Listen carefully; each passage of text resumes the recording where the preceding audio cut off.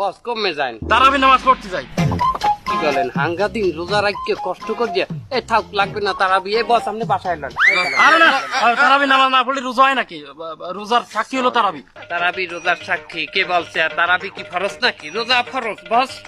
না না না, ও বুঝতে পারিছি, আমার কলবে শয়তানে ধরিছে। এই আমারে ছাড়িয়ে দে, নাইলে কিন্তু আমি দোয়া দুরূদ পড়া শুরু করবানি। কিন্তু শুরু করবো? বস বস আপনি ভুল বলছেন, আমরা কিন্তু শয়তান না বস। হ্যাঁ, তা তোরা কি? আমি আপনার নফস। আমি আপনার কলব। আমি আপনার আবেগ।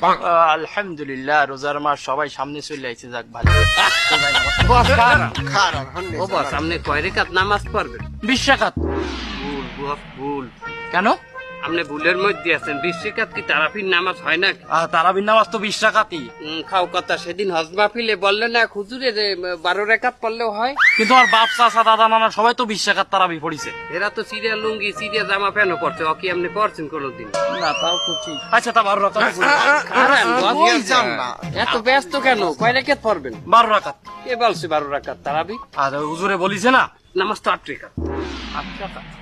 কেন ওই যে এক হুজুরে হজ মাহফিলে বলছিলেন না 8 রেখাত নামাজ, তো দলিল দেখাইছে। আচ্ছা যাই, 8 রাকাত। বাবা বাবা খালি অত ব্যস্ত হবেন না। আবার কি? কয় রেখাত পড়বেন?